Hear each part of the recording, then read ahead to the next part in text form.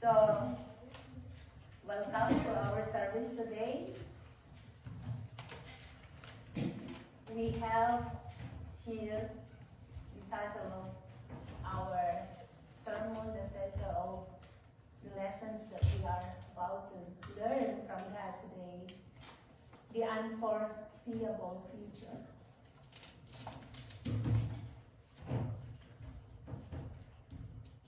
Friends, I want to talk with you today about the future. The first Sunday of Advent always focuses our attention on the future. It's a theme that runs through today's Gospel from Luke chapter 21 and the entire season of Advent. Let us pray. Dear Heavenly Father, open our hearts and minds by the inspiration of your Holy Spirit, that we may hear a word of promise and hope from you. I ask now the words of my mouth and the meditation of our hearts together will be acceptable to you, O Lord, for you are our strength and Redeemer. Amen. So many of you that the word Advent comes from the Latin word meaning to come. So, and we are anticipating, we are waiting. That's the Advent. A time of preparations, a time of waiting that somebody or something will come. So in the Philippines, I told you many times, at the bear season and the bear month, we already preparing our houses, some of the streets, the communities, the churches, the schools, the malls, and everybody were so excited decorating our houses with Christmas lights, paroles, Christmas trees, and other decorations for the coming of the Christmas. So we are all anticipating, we are all preparing, and we are all waiting for somebody will come. That might be our guest or our families, another family reunion, aside from the Thanksgiving. So someone is coming to us in this season. Amen? We most often think of what's coming at Christmas and the birth of Jesus. And it is about, I also think it is bigger and more than that. More than the anticipation of the yummy foods, those friends and families that come over in our house, but I think it is bigger and more than that. So in today's gospel, Jesus speaks of the Son of Man coming in a cloud. Did you hear that? Did you see that? It's a power with a power and great glory. I think that's a metaphor for the future. That's not a literal, how do we perceive or how do we see that? But the verse is a metaphor for the future. I've recently begun to think of Advent as the coming of our future and a time when we prepare as best as we can, if we can, for that future. So we all have future, and we all deal with it in our lives, yeah? Right? And some look toward the future with fear, anxiety, and worry. People will. Jesus says, faint from fear and foreboding of what is coming upon the world, which states people will pain from terror, apprehensive of what is coming on the world, for the heavenly bodies will be shaken. When you have felt like that? When is the time that you are also trembling from fear? And you are full of anxieties and you cannot sleep even at night time. When is that time? Do you still remember? When did you have your fear? When did you have your anxieties? At night or even anticipating your future is. But others look to the future with hope, eagerness, and optimism. They stand up and raise heads with anticipation and expectancy. When have you jumped out of bed, ready to get the new day started and excited about the possibilities of what might be? So, my grandmother, who raised me, called it being journey proud. She said she was too excited to sleep. She wanted to get going. So when have you been journey proud? Me, when I had my plan the next morning or the next day, when I had like conferences or other events that I will be attending, I cannot sleep. I told you. Many times I look on my watch, or I don't know why, I get on just waking and waking. Because maybe I'm so excited for that event, or am I thinking that I might not wake up early, or I might, when I set my alarm, it might not alarm. I'm waking up every time and then, because I'm thinking that I might not be ready on time. So that makes me excited and makes me wake up at the whole night. So how do you perceive your future then? This is sometime I use this at December 31 during our New Year's Eve. So we're looking on the future. So I remember when I attended Haga Institute seminar in the Philippines, our facilitator gave us tasks to do. So she said, one of the tasks, you need to write down 5 years from now, what do you see your future? 5 years from now, what do you see your future? That was the task that given to us. So I write it down. And I'm very particular, even the date and the year that I write it down. You know what? After a year, I saw my notes. And I was so amazed. The year that I put it there, year 2020, year 2019, like this, I will finish my master's degree of divinity. And on this year, I will have my own house, or I will go to this place. You know, I just write it down by faith. And I didn't know that it was happening. I just foresee my future after 5 years.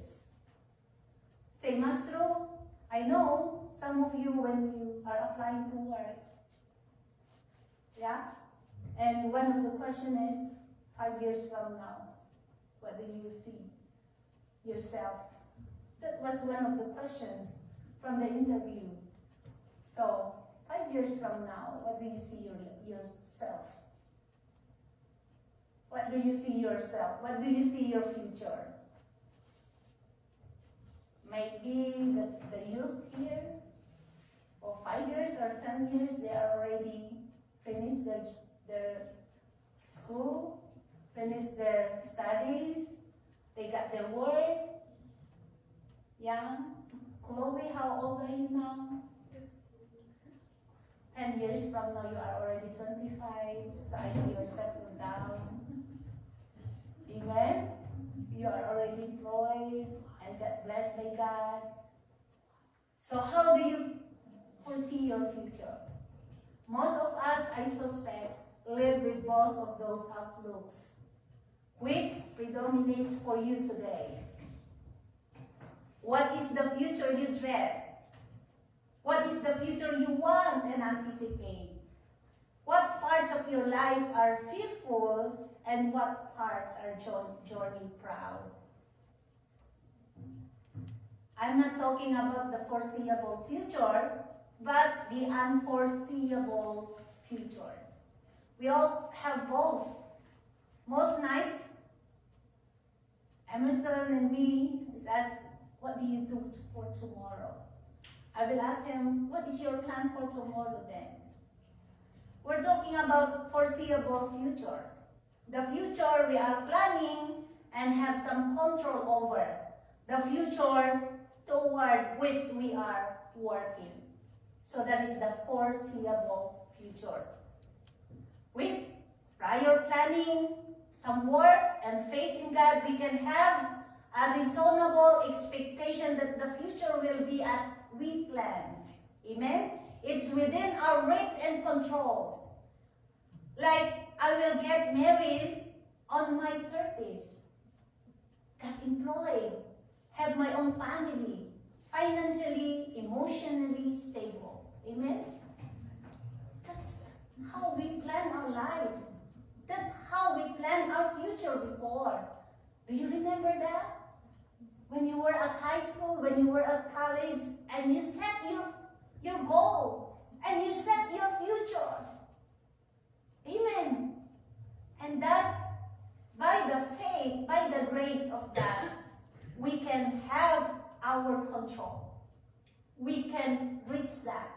We can get that goal.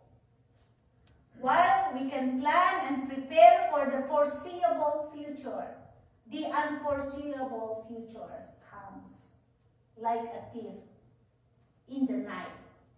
It takes us by surprise. It's completely unknown and unimaginable. We cannot foresee that. We cannot prepare. We are not prepared for that. We cannot understand. We can't, or we make sense of it. We are out of our wits and seemingly pushed beyond the limits of what is impossible, what is possible, without power or control. We're not prepared for what is happening. So I thought you know now the difference, the foreseeable and unforeseeable future. The foreseeable we have to control. We can plan and we can reach that plan or that goal. But the unforeseeable future, we don't have the power. We don't have the control. That was beyond the limits, beyond our control. Amen? So how can you prepare for what you cannot see, know, or understand? It's those times in our lives when we say things like, not in my wildest dream could I have imagined or guessed that. No, that's not possible. It can't be. I cannot imagine. I didn't even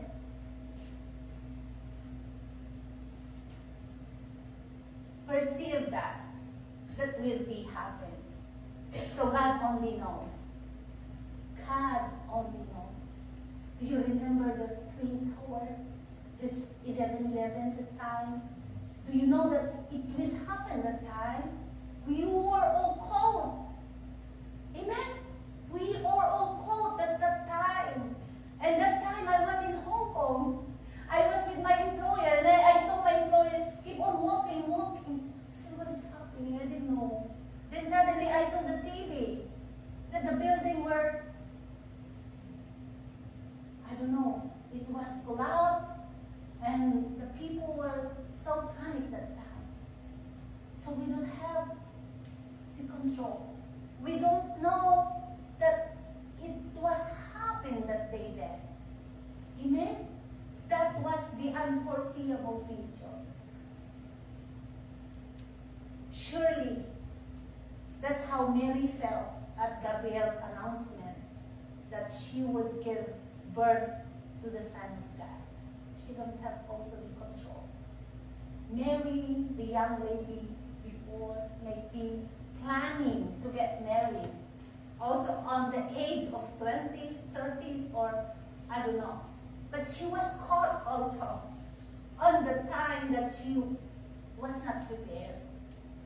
And when Gabriel came over and announced that she was the mother of Jesus, will be conceived by her, So she felt the impossibility of a future she never imagined.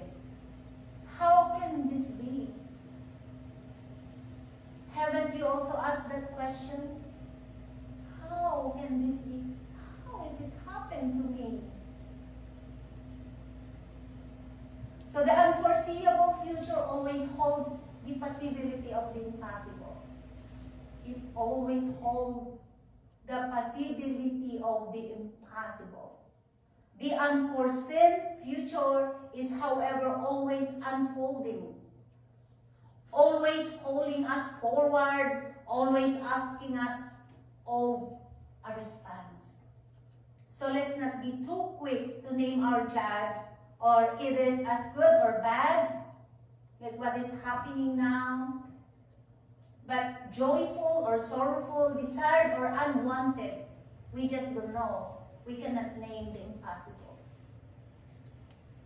But in Advent, the unforeseeable future comes to us a chance for something new, for a new birth, for the expectation, the hope against hope in a transforming future. Amen? That is the gift of Advent. Though we cannot see, we don't have the power, we don't have the control of what is happening on the future. But the gift of Advent gives us the assurance, give us the hope, the expectation of hope, the hope against hope in a transforming future. Advent does not promise an escape from the circumstances of our lives or the world. The promise of Advent, the possibility of the impossible, is revealed and fulfilled in the midst of those circumstances. Amen? Even in we are on a chaos, we are in a world that's not what we expect on or what we want it to be. But the Advent, the promise of Advent, give us the possibility of impossible. God is a God of impossibilities. Amen? And it's revealed and fulfilled in the midst of those circumstances. That is what Jesus is talking about. Don't lose your faith. Don't lose your hope. And he said, pray. We should not caught up to lose or to stop or surrender from this world. But we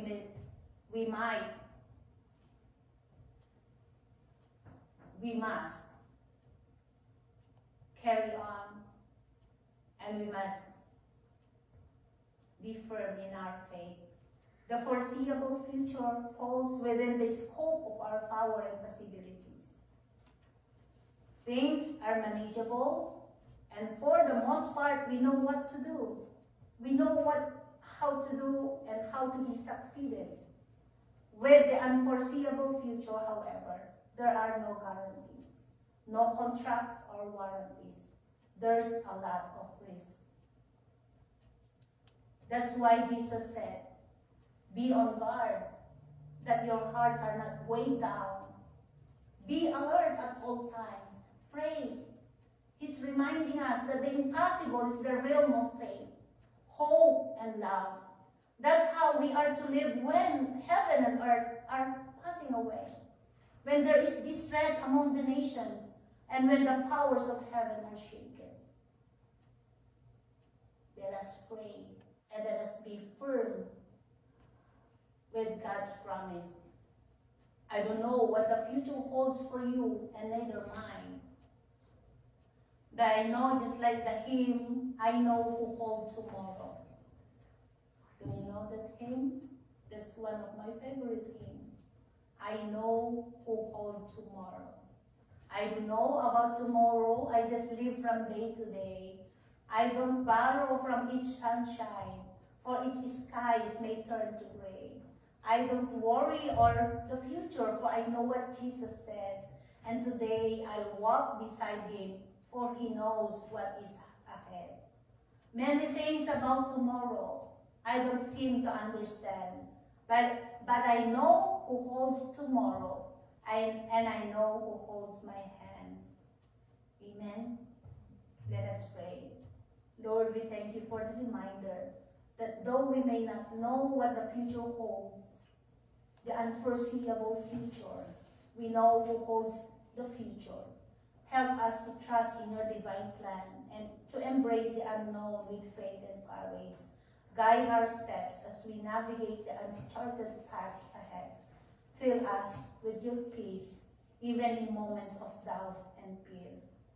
May we remain from our faith until you came. In the name of the Father, the Son, and the Holy Spirit. Amen.